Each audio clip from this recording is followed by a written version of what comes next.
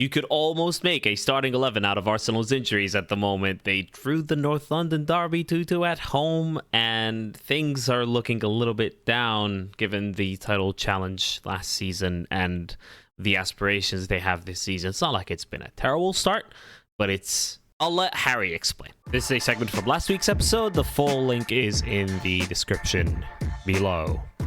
What's the verdict? Flat. That's the word. Ha! It's flat.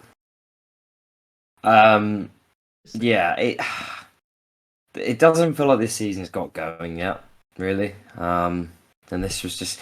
I feel like every week I keep saying, but, when we start to play well, God, we'll be a great side, But when do you start to play well? At the minute. Yeah, it's got to start happening at some point. Otherwise, it's sort of the old adage. I feel like people were saying that about Spurs last season, and then the luck ran out. And we've not been lucky, but equally we're just a bit stodgy. It's a hard watch at the minute, I must be honest. The things I don't like is sort of what I'm seeing, and it's tough because it was 3 games in a week, which is something we're going to have to contend with this season. I think if you were to pick a game to have as the third game after having played in midweek and played the previous weekend, I think Spurs is up there with the worst you could pick because they're kind of unique this season. They're a bit like, Chelsea's the obvious example of a team that didn't have Europe but were actually much better than that level and obviously end up winning the title because of it. Now, Spurs aren't going to win the league, but you usually have this split where if you play in Europe and then have someone at the weekend, you're either playing a team that are also playing in Europe or you're playing a team that aren't in Europe because they're not very good, so you expect to win anyway. And I think Spurs this season might be the only team you sort of look at. We'll come on to Chelsea later on, but Spurs aren't in Europe, and this season it looks like they're going to be sort of the level of definitely a European side, sort of top 5, top 6, you'd say. They're in a good moment at this stage. That they've played well in their games to coming into the game on Sunday. And we just didn't do enough.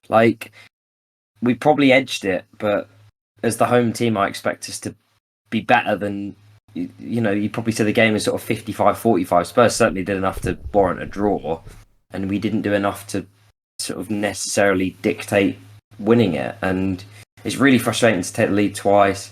It's really frustrating that the continued insistence on basically kicking the ball into the back of our own net in home matches. Not away matches, just home matches.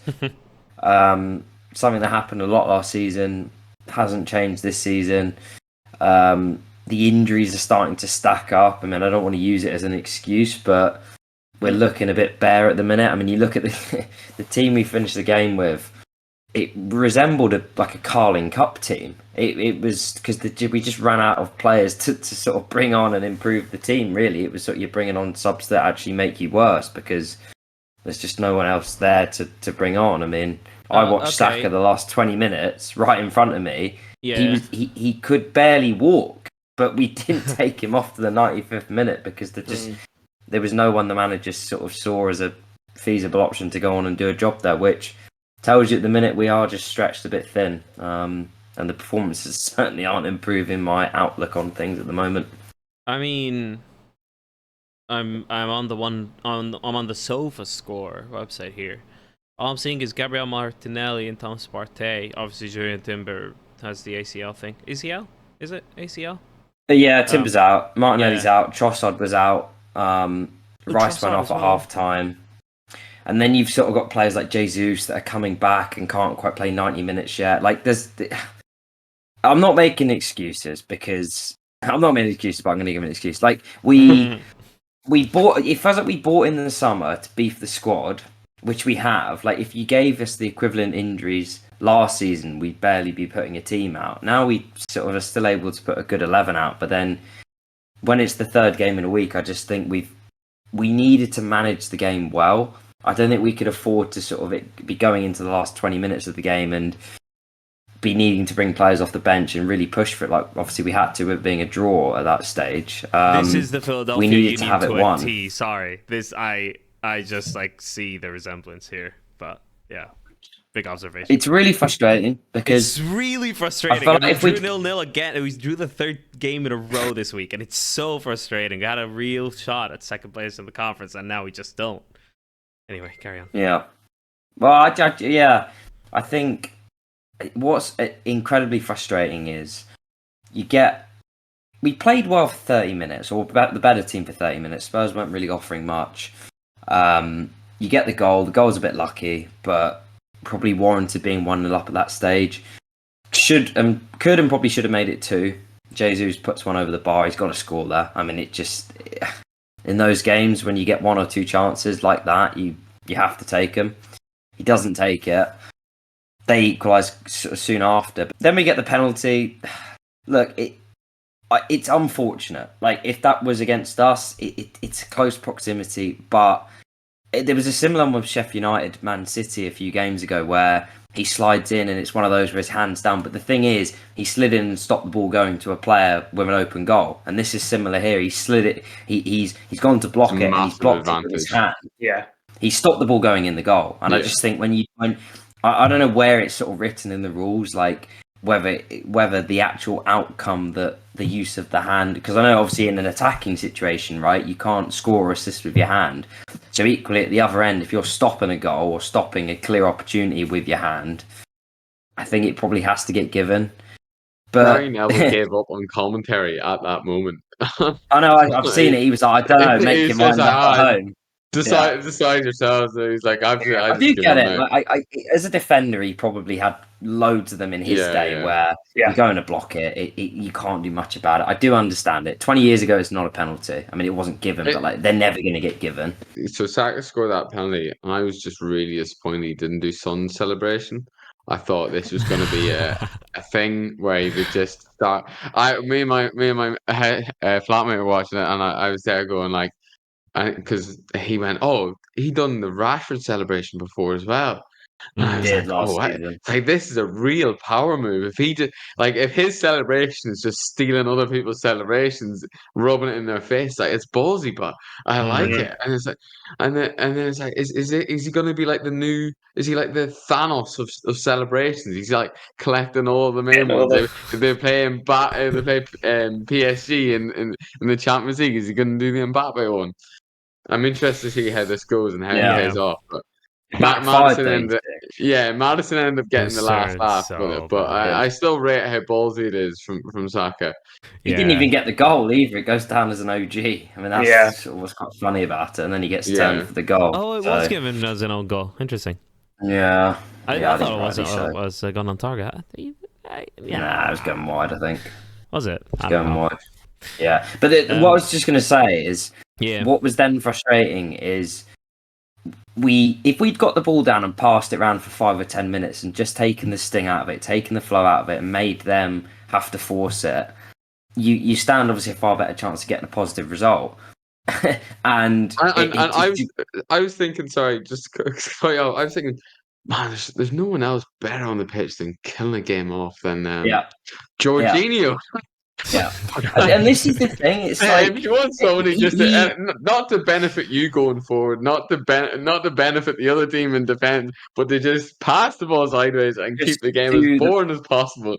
You couldn't pick a better man, but people have said like he's undercooked, which he is. He's not playing, right? He played 20 minutes the other night, but then it is exactly that. Like, had it been Spurs were on a counter-attack and someone just ghosted past him, I'd sort of look at it and go, yeah, I've seen that one before. It's Jorginho defending in open space. Like, we all know how that ends. But the fact that it is literally it's like his bread and butter.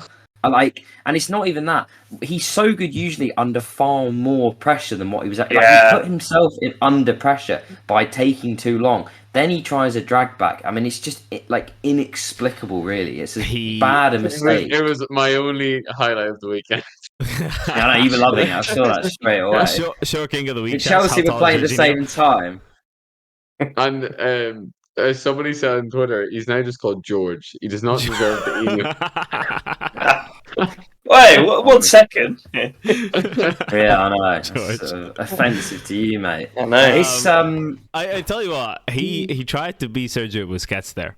He thought he Yeah. could bait the press and then do the drag back and pull it the other way like Jorginho just does. not Like reading the Jorginho's temperature been of the walking game. through MLS midfielders for 2 months now. He's been doing this every time he's on the ball. It's so funny. He didn't read the temperature of the game. Like, it was one of those where it's Yeah. just don't make any mistakes for 10 minutes, get it down, like take the sting out of it. To do that and then end up having a one-on-one with their best. I mean, Son is as good a finisher as I've ever seen, to be honest. Like, the fact that he ends up getting two really clear chances and he obviously scores both, like that in itself is abysmal from us, really. If there's one player, like, even in that situation, I love Saliba and he did some great stuff in the game, but I don't massively love the way he defended it. Like, he gave Maddison the pass. I know it's a hard, don't get me wrong, but I'd have preferred him to sort of make Maddison score with his left foot. I think in that situation, what you don't want is what happens, which is he's a good passer. He can see the ball, and it's a good weight on it. It's just perfect for Son to then pass it into the goal right-footed. Like, that's the finish you don't want occurring there. So it was against it's very Spurs harsh, where 'cause it's not his Van fault. Dijk had his famous 2-on-1. Was it Sissoko? And Showed him was it onto his Son left. as well? And, It was Sissoko to Son. I don't know who was square with him, but he didn't let him pass. I think it was Son. Left. Yeah, it might well have been. And he That's puts what maybe on, Dele Alli. Madison's a better finisher than Sissoko, but yeah, if the same sort of thinking applies.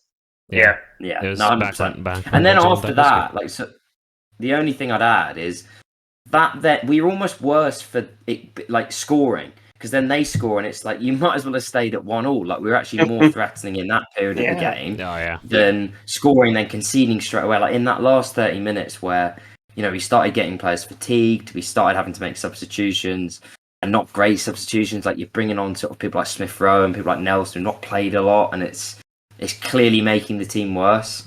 So it's one of those, you just have to take a draw because we didn't play that well. But it is frustrating. A better team once they went 1-0 down. I thought from that point on, I think on the whole of the game, they were so unlucky with I think if Spurs had a bigger squad, I'd have been worried, because you sort of see it 70 minutes. Son comes off because he's knackered, ran himself into the ground. Maddison has a knock, he comes off. And they were much worse for that.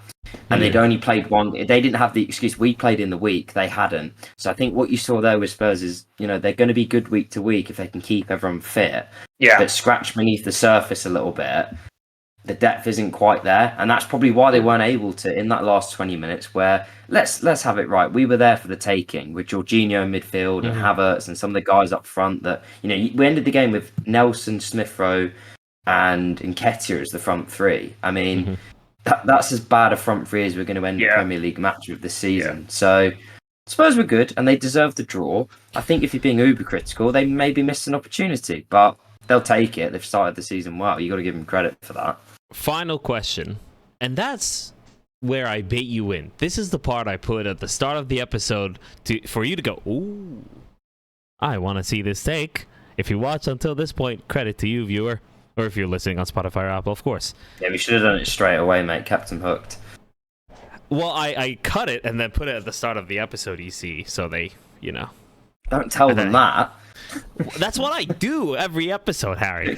I know that. Anyway, the question is, has Declan Rice's signing made Arsenal worse? No. So okay. He's not made this worse. Please don't put that at the start. It will turn off straight away. The signing. The signing. In terms of what I mean by that is, and I don't know whether the answer is yes or no, and I'm not trying to get you to say yes, but signing Declan Rice, I feel like they're over catering, I don't know if that's a phrase, to his qualities, but like I understand your point. Yeah, go on. But like, your point is that he's so good at basically like running midfield on his own, particularly in transitions, that you then play what would be regarded as potentially a more unbalanced midfield three ahead of him. You go a bit more attacking, and it looks a little bit lightweight. Yeah, especially with Thomas Partey absent too. I would imagine. That is the thing, though. You see, I think if Partey was available, and I know he started the season at right back, but we didn't play anyone great in those games. Like the first big test was United, he was injured by then.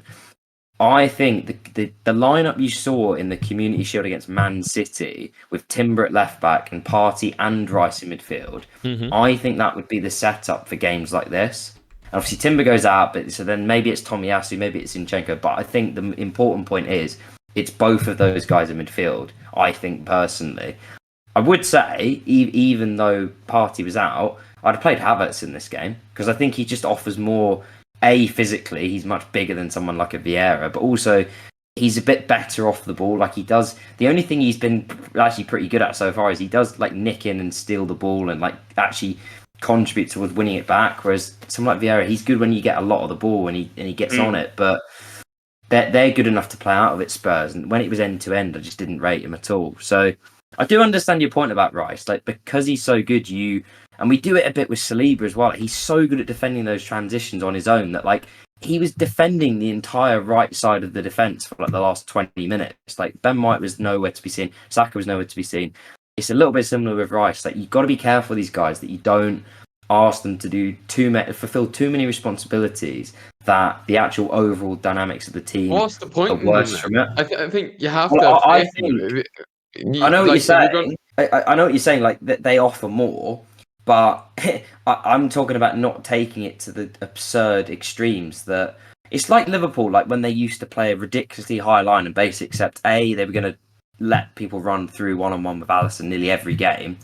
And B, even when they'd have to defend transitions, it would be Van Dijk against, I don't know, 2 attackers. Like they might argue that it works, but it's hard to watch week to week. Like it is risky. And the second a few things get off, like you can get punished for it. So we haven't yet, but like it is ominous. Like I think we've got to pattern up for that City game in a couple of weeks. That's going to be the sort of acid test, if you like, and you just have to go from there. This is a segment of Just Another Football Podcast. It is the main event on the channel. Every Tuesday, you will find a new episode on your Spotify and Apple Podcast feeds, as well as on YouTube. So follow on Spotify, follow on Apple Podcasts, subscribe here and ring the notification bell. Like this video so you see more of us on Tuesdays. It's a very big week for Arsenal. They play Bournemouth this week.